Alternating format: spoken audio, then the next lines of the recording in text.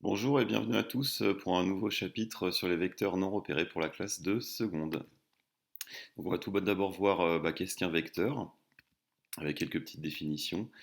Donc à la translation qui transforme ici A au point B, avec B différent de A, et ben on va associer ce qu'on appelle le vecteur AB, c'est-à-dire cette petite flèche rouge qu'on a là, qui va caractériser notre translation, ce qu'on pourrait appeler un glissement de A vers B. Notre vecteur AB, il a trois caractéristiques et ça c'est très important. Première caractéristique, il a une direction, c'est celle de la droite AB. Ensuite, il a un sens, c'est-à-dire le sens ici, ça va être de A vers B. Et il a aussi une norme, c'est la longueur AB, qu'on va noter de cette façon-là, c'est-à-dire le vecteur AB, c'est-à-dire AB avec une petite flèche au-dessus et puis deux barres de chaque côté.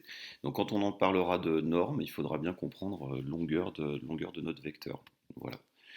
Donc le vecteur AB, on le représente par une flèche d'origine A et d'extrémité B, et on le note avec la façon dont je vous ai montré. Donc il faudra bien faire attention. Quand on note AB sans flèche, on parle de longueur AB. Quand on parle du vecteur AB, c'est-à-dire AB avec une flèche au-dessus, eh bien ça embarque ces trois caractéristiques-là qui sont importantes, c'est-à-dire certes la longueur, mais aussi la direction et le sens. Donc ici, la translation qui transforme A en B est appelée translation de vecteur AB. Donc un petit exemple, là, si on imagine notre figure un petit peu là, si on la fait translater de A vers B, eh bien on obtient la figure grise qui est ici en fait. Et dans notre translation, en fait, qui amène A en B, eh bien on va avoir C qui va être amené en D, on va avoir E qui va être amené en F, et on va avoir G qui va être amené en H. Donc on va dire que les vecteurs AB, CD, EF et GH vont être égaux, tout simplement. Donc des vecteurs qui sont égaux, ça va être des vecteurs, on va le voir juste après, qui ont les trois caractéristiques communes, même sens, même direction et même longueur. On va voir tout de suite ça avec l'égalité de vecteurs. Donc des vecteurs égaux sont des vecteurs de même direction, même sens et même norme. Donc il faut vraiment avoir ces trois choses-là en même temps. On peut très bien aussi noter les vecteurs soit avec deux points en majuscule, soit avec une lettre et qu'on notera en minuscule. Donc par exemple l'ensemble des vecteurs U. Le U par exemple, ça peut être l'ensemble des vecteurs qui sont égaux au vecteur AB. Petit exemple. Donc là, je vous ai montré sur le petit dessin, on voit que le vecteur AB et le vecteur CD sont égaux parce qu'ils ont la même direction. Alors, même direction, on pourrait parler un petit peu de parallélisme, hein. On a la droite AB qui est parallèle à la droite CD, donc on a bien ça. On a le même sens, on va dire qu'ils sont plutôt vers le bas. Et puis, même longueur. Voilà, la longueur AB est égale à la longueur CD. Une petite propriété, les vecteurs AB et CD sont égaux si et seulement si ABDC est un parallélogramme. Là, il faudra bien faire attention, on parle de ABCD en vecteurs égaux. Par contre, c'est le parallélogramme ABCD qui va être là. Donc du coup, ABDC. Donc je vous conseille dans ces cas-là de faire une petite figure à main levée rapidement pour ne pas se tromper au niveau de l'ordre des lettres. Voilà, AB égale CD donne ABDC parallélogramme. Bien être vigilant. Le parallélogramme peut tout à fait être aplati, c'est pas gênant. Une autre petite définition pour le vecteur nul, le vecteur associé à la translation qui transforme le point en lui-même, eh bien c'est le vecteur nul, tout simplement on note un 0 avec une petite flèche au-dessus. Donc du coup le vecteur AA c'est égal au vecteur BB égal au vecteur CC ainsi de suite qui est égal au vecteur nul, où en fait on n'a pas de déplacement. On peut faire un certain nombre de petites opérations avec les vecteurs, c'est ça aussi qui est intéressant. Donc on peut sommer les vecteurs. Donc si on a U et V qui sont deux vecteurs quelconques, et bien la somme des vecteurs U et V, qu'on va noter U plus V, vecteur U plus vecteur V, c'est le vecteur W qui est associé en fait à la translation résultant de l'enchaînement des translations U puis V. Donc on va avoir U plus V qui est égal à W, vecteur W. On va faire un petit schéma, je pense que ça parlera un petit peu plus. Donc si on se donne deux vecteurs, un vecteur U et un vecteur V, une petite figure qu'on voudrait translater, ben, si je fais la translation de vecteur U plus V, ben, dans un premier temps, je vais translater cette figure selon le vecteur U, j'obtiens cette figure-là. Ensuite, j'enchaîne à partir de ma figure rouge avec la translation de vecteur V, et j'obtiens du coup la figure verte.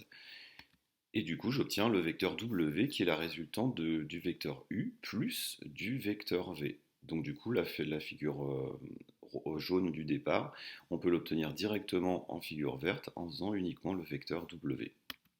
Voilà.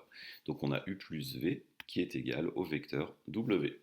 Voilà, donc petite somme qui peut être intéressante parfois, qui peut nous permettre, on l'utilisera dans les deux sens.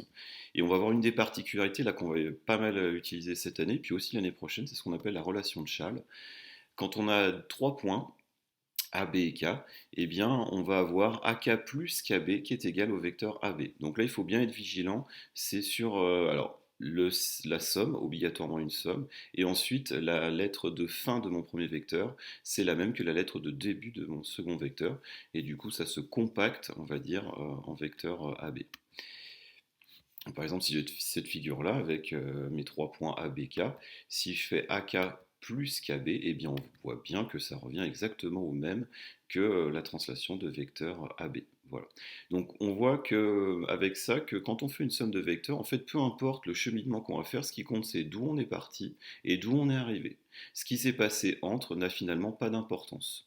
Donc on peut avoir très bien trois, quatre points, passer par trois, quatre points, du moment qu'on soit parti du point A et qu'on soit arrivé au point B, on aura fait le même déplacement au final. Comment on peut l'utiliser? Eh bien, par exemple, si j'ai cette chose-là, alors je l'ai un petit peu rendu un petit peu plus compliqué. Là, c'était clair, on voyait bien les lettres là. Là, ce que je vois, bah, dans ce sens-là, je ne peux pas l'appliquer, hein. En fin, j'ai la lettre M et en début, j'ai la lettre B, ça ne fonctionne pas.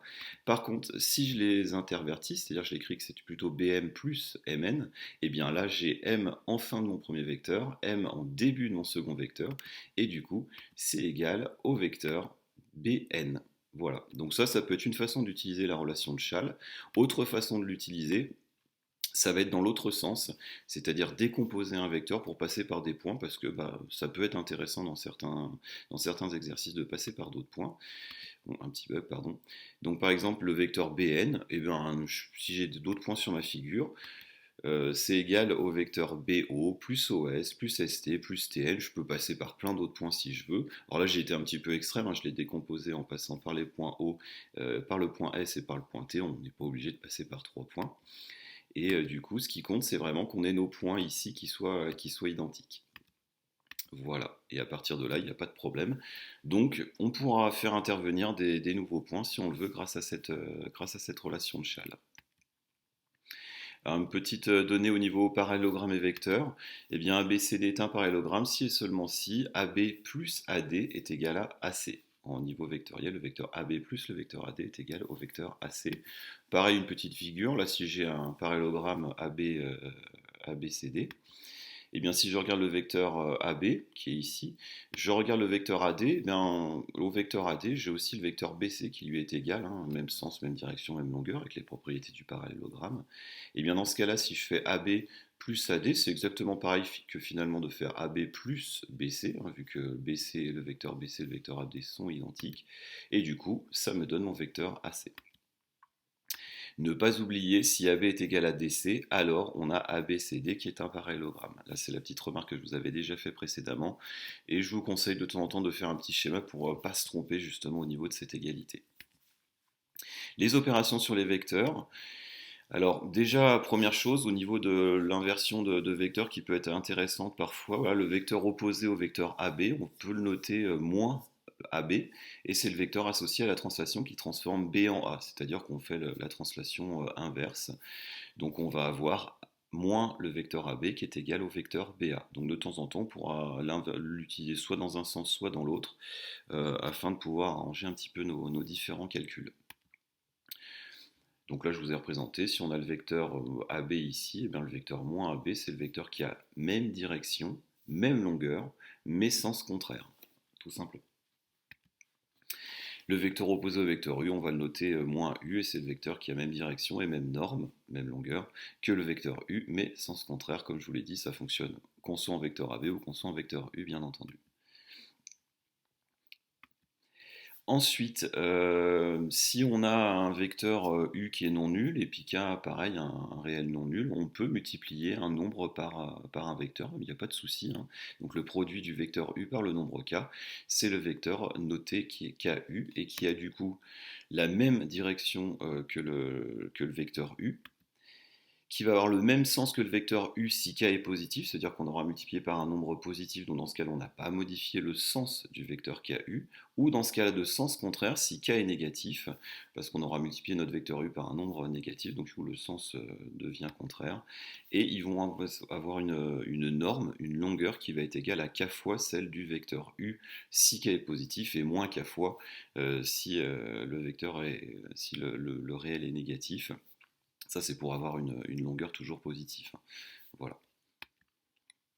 Un petit exemple, voilà, si j'ai en figure de départ le vecteur u, si je multiplie mon vecteur u par un nombre positif, je vais obtenir un vecteur qui soit plus long, soit plus petit, hein, ça va dépendre de k.